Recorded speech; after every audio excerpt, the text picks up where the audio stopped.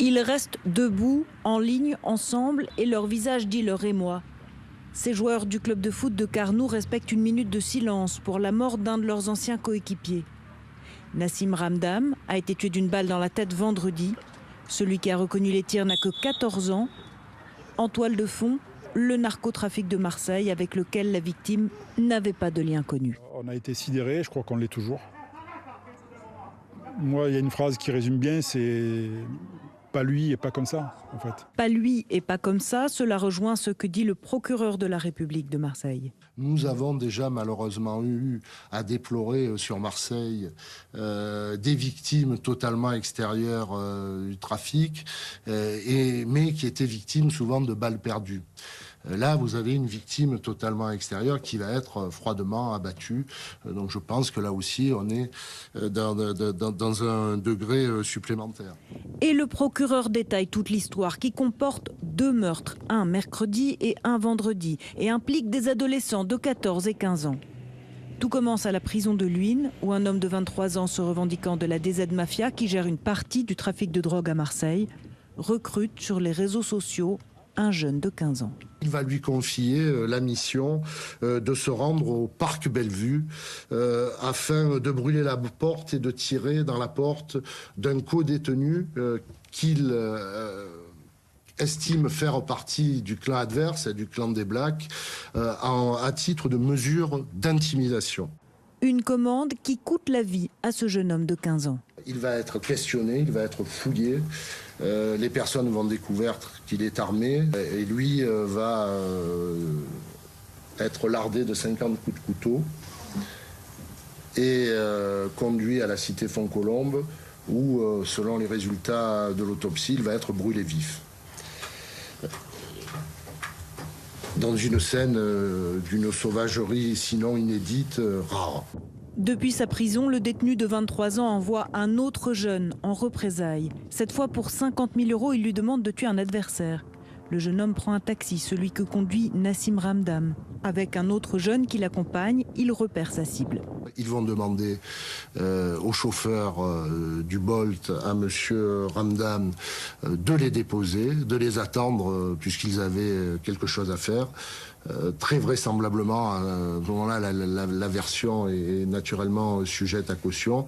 Ce qui est évident, c'est que M. Ramdan n'obtempère pas à la demande des 2 individus. Le mineur de 14 ans sort son 357 Magnum qu'il avait à la ceinture et lui tire une balle mortelle à l'arrière du crâne. La voiture s'encastre à l'entrée d'une école primaire. Un des jeunes s'enfuit. Le tireur appelle le détenu pour être exfiltré. Le commanditaire ne va pas envoyer une équipe, mais va faire le 17 pour dénoncer et donner le lieu précis où l'on pourra interpeller le jeune assassin et va revendiquer cet acte au nom de la DZ Mafia.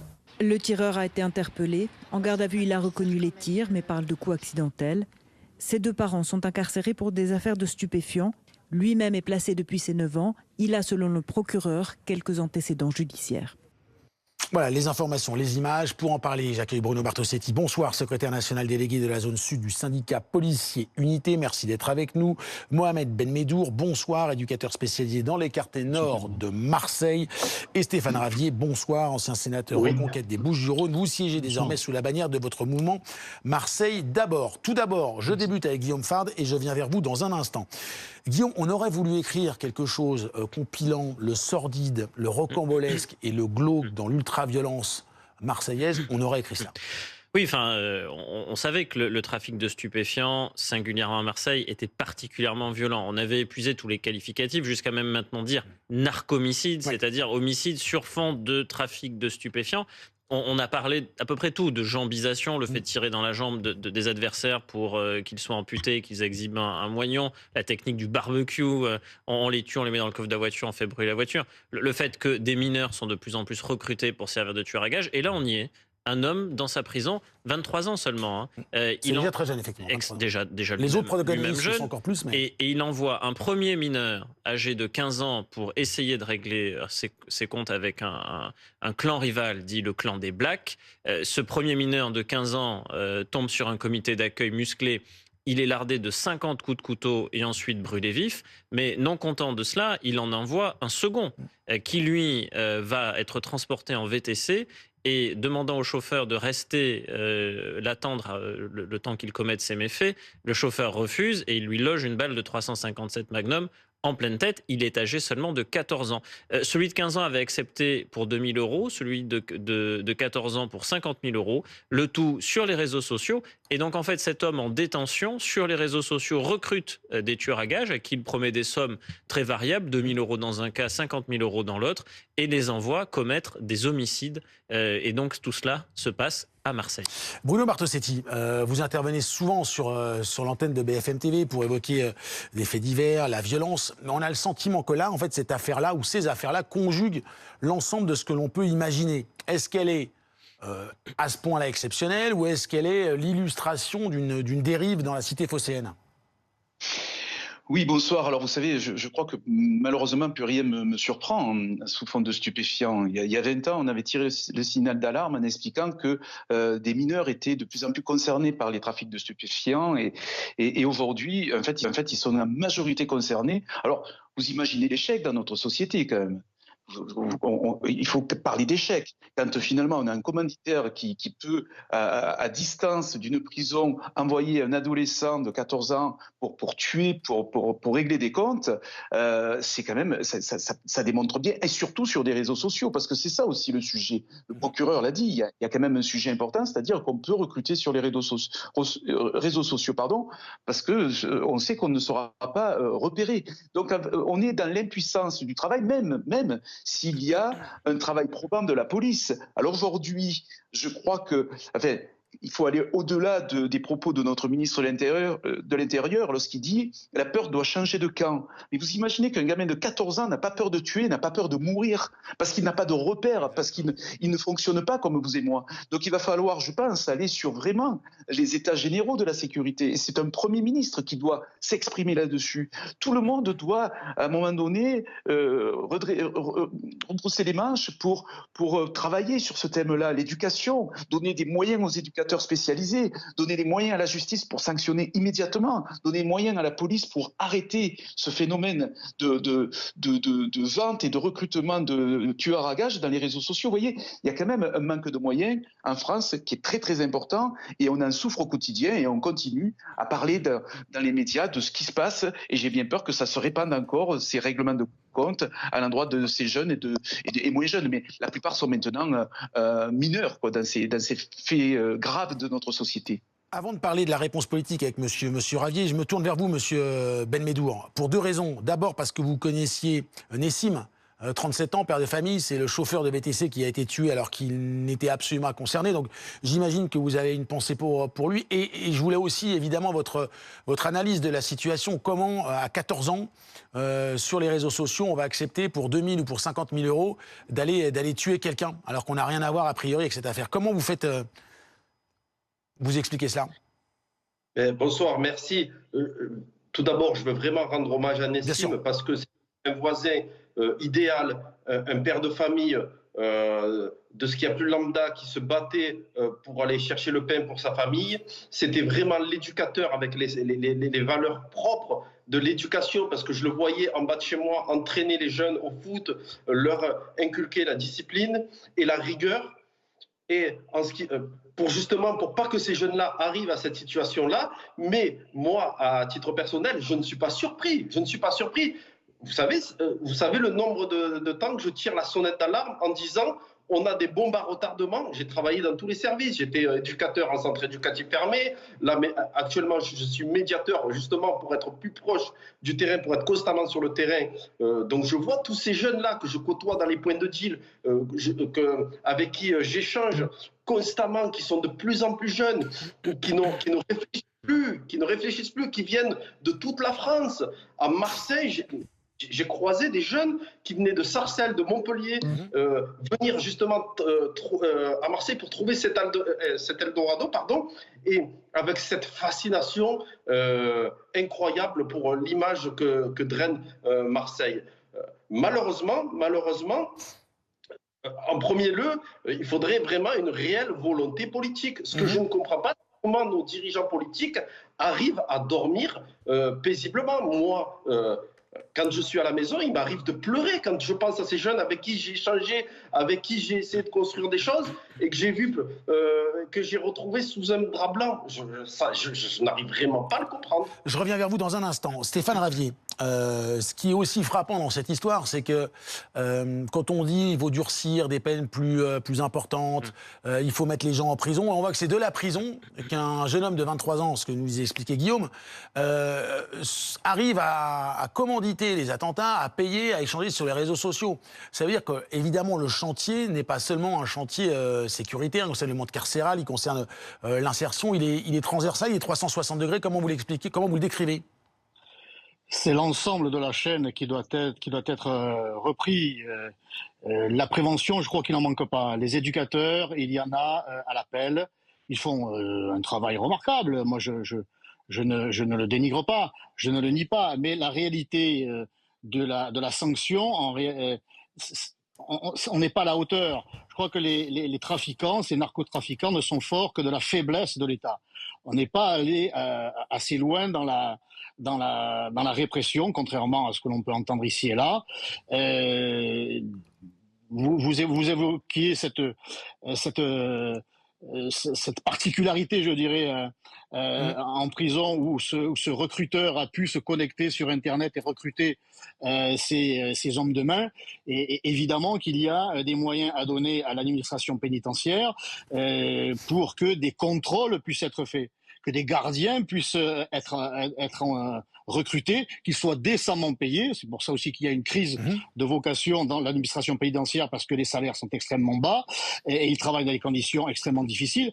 Donc il faut leur donner les moyens humains et financiers, et je dirais même techniques, légaux, pour qu'il y ait encore un contrôle au sein de l'administration pénitentiaire, ce qui manifestement ne se fait pas. Vous qui êtes conseiller municipal de Marseille, qu'est-ce qu'ils vous disent les Marseillais? Parce que M. Benmedour disait, ça m'arrive de pleurer en voyant le résultat de celles et ceux que je côtoie et qui dérivent lentement et sans qu'on puisse les retenir. Qu'est-ce qu'ils vous disent les Marseillais? Ils disent qu'il faut un mélange de social, de répression, de punition, il faut de l'éducation. Qu'est-ce qu'ils vous disent?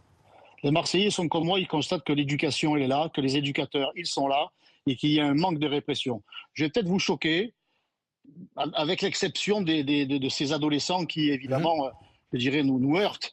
Mais lorsque des trafiquants exécutent d'autres trafiquants, cela ne fait ni chaud ni froid aux Marseillais. Voilà, ça fait partie des règles de ce métier. On se licencie à coups de balles de Kalachnikov. C'est atroce pour la victime, évidemment, pour sa famille. Mais pour les Marseillais, ça ne leur fait ni chaud ni froid. Vous savez, maintenant, dans le quotidien local, la Provence, pour ne pas la citer, ça fait une brève, hein. Alors là, on en parle beaucoup parce qu'ils ont 14 ans, 15 ans, c'est assez exceptionnel, une exception qui commence d'ailleurs à devenir une règle, mais cette banalité des règlements de compte entre trafiquants, ça ne fait ni chaud ni froid. Ce qui choque les Marseillais, c'est que lorsque leur immeuble, leur quartier est sous la domination, le contrôle de ces trafiquants qui font régner la terreur dans ces résidences, là, ça les choque de voir que le trafic s'installe, se développe et y règne pendant des années. C'est ça qui les choque. Mais les règlements de compte, ça finit par devenir, malheureusement, une terrible banalité. Bruno Bartosetti, je reviens vers vous. J'ai regardé les chiffres, parce qu'ils sont évidemment importants, et peut-être que là, ils annoncent peut-être une amélioration. 17 narcomicides. C'est le terme que la police et la justice emploient désormais depuis le début de l'année. Le décompte du parquet et de l'AFP l'année dernière, c'était 49 morts en 2023. On est à 17, on est début octobre. Est-ce que ça veut dire que même si ce que les Marseillais, ce qui s'est passé à Marseille cette semaine a été ultra violent et très spectaculaire, est-ce que ça veut dire que l'engagement des policiers, l'engagement de l'État est en train de porter ses fruits? Alors, l'engagement des policiers est au maximum, hein, bien évidemment, pour sécuriser la population marseillaise. Mais au-delà des chiffres, moi, je vous invite à regarder les chiffres qu'on avait il y a 25 ans. On était bien en dessous de 17. Oui, bien sûr. Je parlais juste d'une évolution sur 2 ans, hein, pas d'une évolution sur 10 ans, 20 ans. C'est juste pour... Voilà, mais l'an dernier, on est monté très très haut. En une année, a triplé. Donc, on va dire, voilà, on est dans une échelle mathématique presque logique. Je crois que ce qui est important de retenir, c'est qu'avant, vous savez, c'est pas pour amener la conversation à moi, j'ai travaillé dans les quartiers nord, je travaillais dans le 15e arrondissement de Marseille, il y a 48 cités dans cet arrondissement. On n'avait pas un tel niveau d'insécurité. Donc aujourd'hui, même si les chiffres baissent, il y a une insécurité dans les quartiers nord, dans les quartiers sud, notamment vers la Caillole.